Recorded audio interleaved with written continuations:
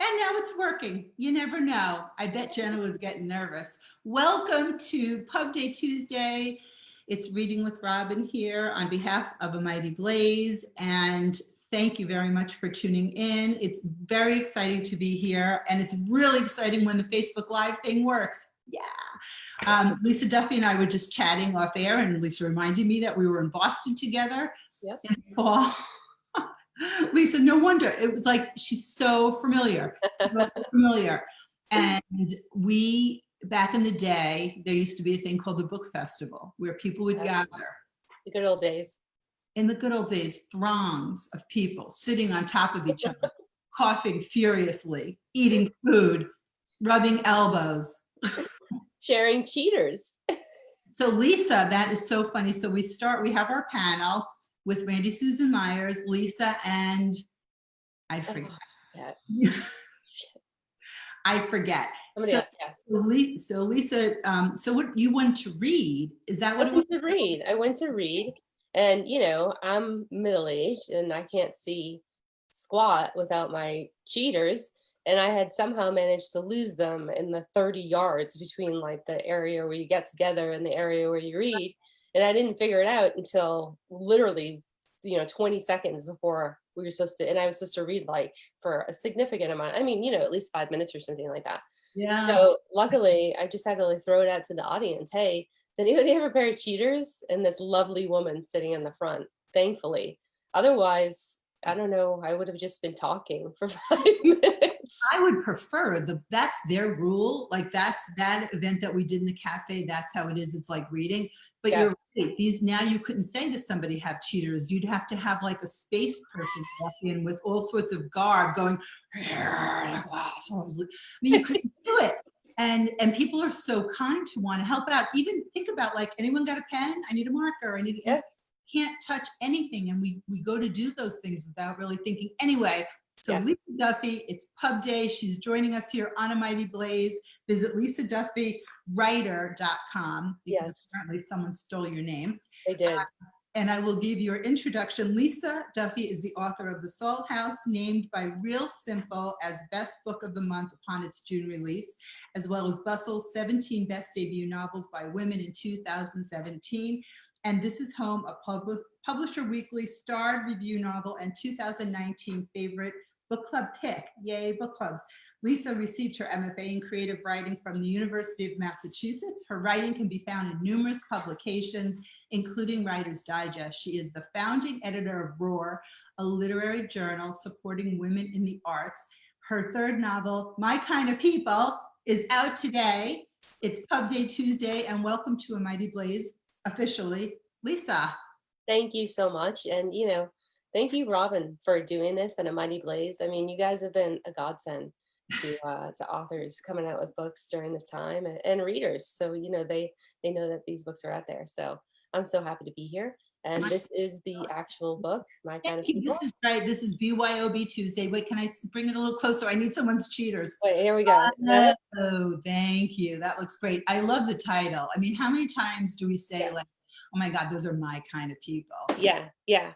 And in the title actually, it comes from a line in the book when one of the characters, his dad actually is talking about a couple that have passed away, and he says, they're my kind of people.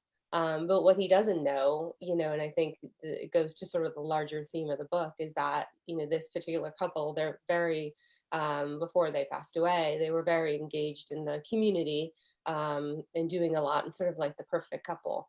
And inside the marriage, they're dealing with addiction and mental illness, and so it speaks to sort of how we sometimes have an idea of what somebody is like by how they look, and they're actually nothing like that, which was a sort of a fun thing to explore in the book. That's one of my favorite themes to explore, because as we live in this very online world and on camera and all of this filtered and fake kind of stuff, and also way before the days of social media living, just in general, the picture that we want to present to the community, to the neighborhood. And there's nothing like hearing those stories of, well, Back in the day, I mean, because I Right. know we're in Rhode Island, but we're all here in New England, and some of the women that I met when I first moved to Rhode Island had been here, or their families had been here for a few generations, and I love a great story. Yeah. And you see people as you meet them, and then you learn where they started, or the little bits that people have sort of brushed under the rug, and that's where the story starts. That's like the most, Yeah, it's the good stuff. it's the good stuff. So where did the story start for you? This story actually started, strangely enough, as a short story when I was getting my MFA. And the story itself didn't really work. It just, I couldn't really get my arms around it. And I kept revising it and revising it. And I just sort of threw it away into the drawer and thought, it's not coming together. But there was this one scene in it, and it was between a married couple who go to a marriage therapist because they're having some significant issues in their marriage. And, the marriage therapist tells them to, mix it up and be spontaneous. And so they go home and they end up in bed together, which is kind of spontaneous for them. They've been married for 25 years. And it's supposed to be this intimate moment, and it goes sort of awkwardly cringe-worthy wrong in sort of a funny way. Uh, And the scene itself really stayed with me. I thought it showed these characters in a light that I really wanted to explore, but I didn't have the room in the short story to do it. So I took them out and I put them, when was thinking about this third novel, I really started with that scene. And as it gave me the space to sort of explore them. And as I started to write them, they sort of emerged as this couple in a community on this fictional island called Ichabod, which is a island off the coast of Massachusetts. It's sort of fashioned a little bit off of Nantucket and all the places, not even specifically islands, like all the places around here, P-Town, Chatham, mhm. even, I spent a lot of time in York, Maine, all these places that sort of, there are these wonderful communities that swell so much in the summer. And then you go down in the winter or off season and, there's maybe a couple restaurants open and things really change. So I wanted to sort of explore that. And this couple lives on this street called Winding Way. And the story really kicks off when their neighbor, their 10-year-old neighbor, her parents are killed in a tragic accident. And it brings this group of people together on this island, on this one street, to sort of care for her, and their lives intersect. And it's really about the power of community. It's about how this piece of land sort of, it's polarizing. It brings people together, but it also divides some of the characters in the novel. And I thought that was really fun to explore, and, sort of timely with everything that's going on in our country, how a piece of land can do that. And, who does it belong to? And why do some people feel it belongs more to them than other people? Does it have to do with being born here? And so there's all these sort of things that go on in the novel that, um, and I wanted this story too, the cast of characters, they're diverse in race and age and gender and class, even on the street. And Right. so that in itself brings up issues that between all the characters, and it was fun to get them all together and see what really came up out of that. You pack a lot into a street in a community, and there is, I think about some of the real homogeneous neighborhoods, and even within, when you really get to know people, it's not quite what it seems, but Yeah. when you have um, lot more variables hanging out there, and what the perceptions are. And of course, there's nothing like great secrets that are kept within a community. And you mentioned also the difference in those towns when it's off season, as opposed to when the fromaways just descend. And I was kind of thinking about everybody who sort of left places they could, if they were in New York, they fled to the Yeah. Hamptons, they fled here to Rhode Island, to to the summer homes in Narragansett, and there is a sense of ownership, and conflicted with the need to have this commerce to keep these communities alive, all the time. Same Right. with, the Nantucket or places on the Cape. So it is a really interesting exploration of people at their best, and people definitely not at their best. Certainly the coming together at their best. And that's why you get to hold up your book every time I say My Kind of People by Lisa Duffy is just out today, and go to lisaduffywriter.com. From there, you can follow her every place. And I will remind everybody, please follow us here on A Mighty Blaze on Instagram, Twitter, Facebook, and Reading with Robin in all those places too. Although on Instagram, I'm Robin Kall Inc., working on that. Why is this a great book club pick?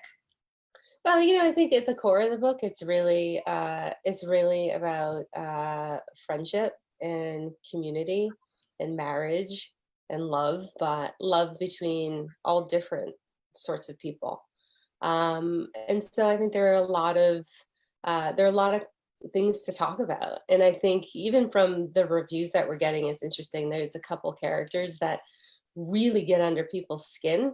Well, And yeah, and it's surprising to me because you try to always have I think flawed characters, but it's interesting to see how much these certain characters get under people's skin, and that's always fun. And I think in a book club when you have there's a lot of different characters that people will respond to differently. I think given what they're bringing to the table. And that's always fun. And then you throw some wine in there and, oh, actually, yeah. I've been watching, well, I finished, I was too fast on not Bored to Death, Dead to Me. I'm like, Oh, I love that show. I loved Bored to Death too, Dead to Me. They drink so much wine on that show. You're right. I just, I really don't drink much. I'm much more of an eater. I've had more to drink during, stay in place or don't move or don't walk out of your house, whatever. Yeah, right. But it does look, when people are drinking on camera, it does look very enticing. And in Dead to Me, I don't know I kind of like even want to know what exactly it is that they're drinking, but talk about one or two of the characters and what you're getting from readers that was maybe a little surprising, or where you feel a little bit, protective of your characters. Well, I think it's interesting. I think there's a character, Xavier, who the point of view character is Leo, and he's the man that is put in charge of her. He's her guardian, and his husband. They live in Boston, and these aren't his. So Leo's the couple that pass away are Leo's friends. They're Leo's childhood friends. Well, really, Brian is the guy, and then he marries Anne. And so Xavier, he's the husband, but they're sort of newly married, and he's not fond of islands. He doesn't like the water. He doesn't like to swim. He's had like this issue where he had a near drowning experience, even though it's like his sisters say he really didn't nearly drown. So he doesn't love the water, and he likes his city life, and he feels very much, they're a gay couple, and he feels very much at home and that he belongs in the community that they're in. And they've agreed to not have kids, and now he's sort of forced to choose. And Leo has said, he grew up on Ichabod and doesn't want to make sky move. So he's basically saying, I have to live here. And so it's a huge choice for Xavier. And, he's kind of this prickly guy. But he to me, as writing him, I loved him. And it's interesting that he really, I think my readers for the most part are female centric. And I think he gets under, I think a lot of moms, he gets under their skin because they're immediately protective of Sky. And so that's an interesting, because he's really being forced with it. He's being asked to change his life in a huge way. He's supposed to move to this island. He's supposed to, give up his Starbucks, and he's supposed to really become a parent to somebody that he doesn't even really know. And so it's interesting to see the response just in the, from the few, the people that I've talked to who've read it, who are like, yeah, he's not my favorite. Well, it's interesting because, they don't all have to be likable. And initially, and I've gotten into this at book clubs too, because when you get to know why, and just for all those reasons, sometimes things happen, but that's a pretty big thing to happen that wasn't a choice or wasn't in the plan. And, quite frankly, people are able to make their own decisions and live however they'd like. So then stuff happens, you have to make decisions, but to be immediately protective of a child, I would understand that ish, because Yeah. anybody that's raised one or two or whatever, it's not just like, oh, okay, yeah, you know what? This is what I'll do. So Right. to discount a character or to, in some way diminish them because of that, what would someone else really do? And that is what's really great for discussion in a book club. I've been to book clubs where someone will immediately be like, well, it wasn't very nice. Like, I don't even know what that means. Yeah. I don't belong in book club, actually, Lisa. I'm a book club instigator, Yeah. but I really, I really have no business being in them usually, but I love the idea and I run them, but it doesn't. Are you in a book club outside of, No, friends? I'm Okay. not. Yeah. Obviously I go to book clubs often and I've Skyped with them, and I love the idea of it. I just think, um, this author gig takes over your life as much as it does. And, I think Yeah. I'm trying to keep my hobbies that don't have to do with writing, or reading. I mean, I love to read too. So, there's only so much I think that, getting into a book club, I just feel like, when you sit down and you write for a lot of hours a day, and then, you do a lot of events and you're talking about books, and you just have to protect it. I think that space. It's a bus mentality. Well, I see a guitar there. Do you play, or is that not a I guitar? do. I do. That's my guitar. Yeah, I actually wanted to be. That's what I first wanted to do. My dad played guitar and he was really good. He used to sing in clubs and stuff. And he taught me how to play when I was about 10. And I had big, dreams of being like, this sort of singer-songwriter, guitar player. And I just wasn't very good. So now I play as a hobby and Say, shut the door. do you want to play a little bit for us? No. Hey, you never know. You know what? If I didn't ask you, can you imagine? Think this would have been Lisa.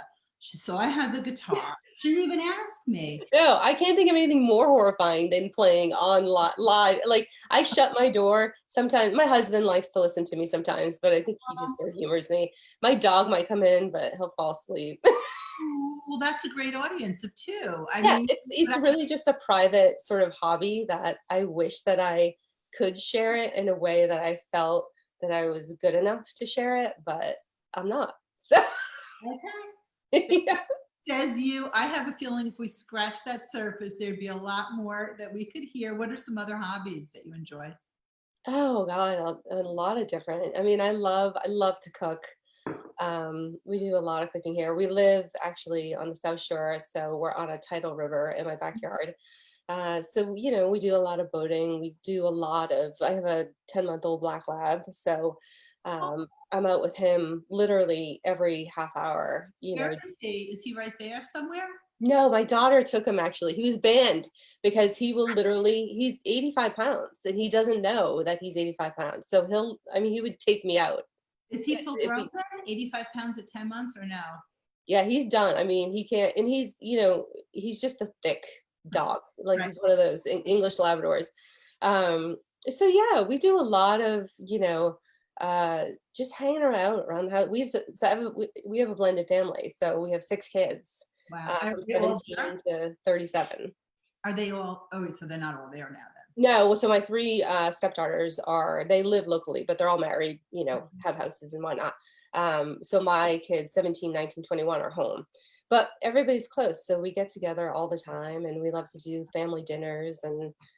we're missing that because we're all social I distancing, and but I think what we love to do most is just get together and cook and have I'm spend that some is time fun. together. Wait, so what's the puppy's name? His name is Burke. Burke. Yeah, And like based off of, but I grew up going to Burke Mountain up in Vermont to go skiing. And so with the 3 kids, I had a bunch of names. I wanted him to be Lou or Gus. Mhm. And then, you lose your kids, and the problem with our family too. So my oldest daughter, she's 21. She works for Fox and Hound. It's a pet Yeah, boarding place. It's probably not, it's probably something else. Like it's a daycare place. And so we kept coming up with these awesome names. And she's like, no, because I know a dog named that. I'm like, That's what "Good, happened. 150 dogs. 150 dogs. So, we really had to narrow it down to this is really the one name of 300 that everybody agreed to. That is So, awesome, Lisa. I'm so glad I found out how you got Burke's name. And yeah, so he's 10 months old. Did he come home when he was 8 weeks or eight during weeks. 8 8 weeks? weeks. Yeah. And my life is now finally getting back to normal. We've always had labs, but frankly, we got they one of them got old and one of them got sick, but we had them together and my kids were younger.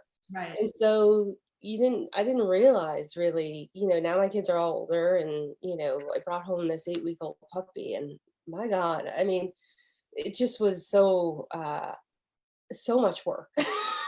I know. Well, And I Ben, tried to make him like I want to make him a therapy dog. So yeah. he's been in puppy kindergarten and he's a really well-behaved dog, but he jumps on people right now. Oh, well, And I'm not sure he's how so to make him cute. stop. Well, you can't, that's the problem. Like Benny is 2.5 now, and we did puppy kindergarten and socialized Yeah. and all the training and everything, and he's very social.